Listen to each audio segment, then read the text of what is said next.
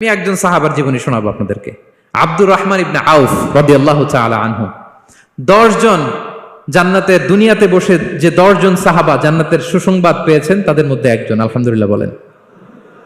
আব্দুর রহমান ইবনে আউফ রাদিয়াল্লাহু তাআলা আনহু প্রথম 8 জন মক্কায় যারা কালিমা পড়ে মুসলমান হয়েছে তাদের একজন। তার স্ট্যাটাসটাকে জেনে নেন। তো তিনি যখন মক্কা থেকে হিজরত করে মদিনায় গেলেন, মনে রাখবেন মক্কা থেকে যে সাহাবার বাড়ি ঘর ছেড়ে হিজরত করেছে তাদেরকে বলে মহাজির, মানে হিজরতকারী সাহাবা। আর মদিনাতে যে সমস্ত সাহাবারা তাদেরকে রিসিভ করেছেন তাদেরকে বলে আল আনসার, মানে সাহায্যকারী সাহাবা। তো যারাই হিজরত করে মক্কা থেকে মদিনায় যেত, বিষ্ণু ইসা ইসলাম মদিনার কোন সাহাবীর সাথে তার ভাই পাতিয়ে দিতেন, আল মুআখাত, ব্রাদারহুড করে দিতেন, দায়িত্ব দিতেন যে তুমি এই সাহাবীকে দেখবে। তো আব্দুর রহমান ইবনে আউফ রাদিয়াল্লাহু তাআলা আনহু যখন হিজরত করে গেলেন, তার দেখভাল করার জন্য যে সাহাবীর দায়িত্ব পড়ল তার নাম হচ্ছে সাআদ ইবনে রাবিয়া, আনসারী সাহাবী রাদিয়াল্লাহু তাআলা আনহু। বিষ্ণু বললেন, সাআদ, আব্দুর রহমান ইবনে আউফ তোমার ভাই, ভাই বানিয়ে দিলেন। কি বানিয়ে দিলেন? তুমি তাকে টেক কেয়ার করবে, সে হবে তোমার মেহমান। সুবহানাল্লাহ। সাআদ ইবনে রাবিয়া রাদিয়াল্লাহু তাআলা আনহু তিনি আব্দুর রহমান ইবনে আউফকে ডেকে নিয়ে গেলেন, ঘরে নিয়ে গেলেন মেহমানকে, এবং বললেন, ইয়া সাআদ ইন্নী আকসারুল আনসারি মালান। হে সাআদ, তুমি চিন্তা করো না, তুমি মনে করো না যে তোমার ভরণ পোষণ দিতে আমার কষ্ট হবে। আমি মদিনার সবচাইতে বড় বিজনেস ম্যাগনেট, সবচাইতে বড় বিজনেস ম্যাগনেট আমি। No tension, don't worry about it. Tension নিও না, আসো, তোমার জন্য আমার কি প্রপোজাল শোনো। ফাআকসিমু লাকা নিসফা মালি, আমার যত সম্পদ আছে আমি অর্ধেক তোমার দিয়ে দিব। সুবহানাল্লাহ। এত আসতে আপনার বাড়িতে কেউ মেহমান হলে করতে পারবেন এরকম? আল্লাহ,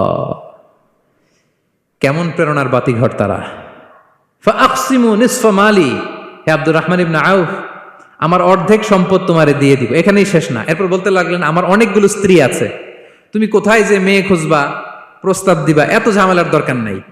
আমার কোন স্ত্রীকে তোমার ভালো লাগে বলো, তার যদি তোমাকে ভালো লাগে তাহলে প্রয়োজনে তাকে আমি ডিভোর্স দিয়ে দিব, তাকে নিয়ে তুমি সুখের সংসার করবা। আল্লাহু আকবার, আল্লাহু আকবার। অর্ধেক সম্পদ দিয়ে দিব, আমার একাধিক স্ত্রী আছে, কাউকে যদি তোমার পছন্দ হয় এবং সেও যদি তোমাকে পছন্দ করে প্রয়োজনে তাকে ডিভোর্স দিব। New life, new career, just go on. আমরা এই সুযোগ পেলে কি করতাম? সাথে সাথে অর্ধেক সম্পদ নিয়ে নিতাম, ঠিক কিনা? আব্দুর রহমান ইবনে আউফ প্রেরণার বাতিঘর। উনি কি করলেন? উনি বললেন, লা হাজাতা লি ফি যালিক। আমার ভাই, তুমি যে বলছো সাআদ ইবনে রবি, তুমি যে এত চমৎকার প্রপোজাল দিয়েছো, এতেই আমি খুশি। তোমার কোনো কিছুর আমার দরকার নাই। বারাকাল্লাহু লাকা ফি আহলিকা ওয়া মালিক, আল্লাহ তোমার সম্পদে বরকত দেখ, আল্লাহ তোমার পরিবারেও বরকত দেখ।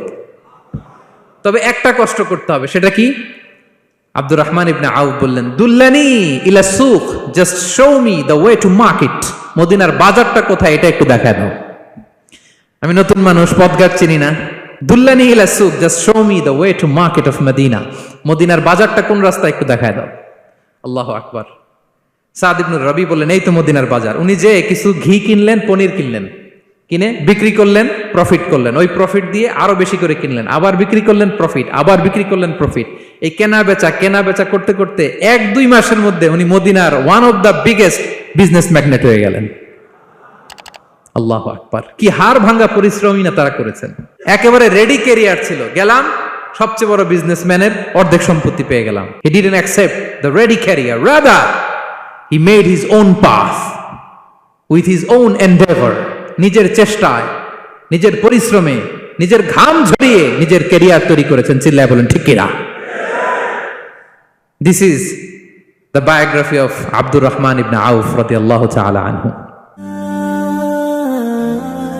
Be a part of our vision to listen and share the khair.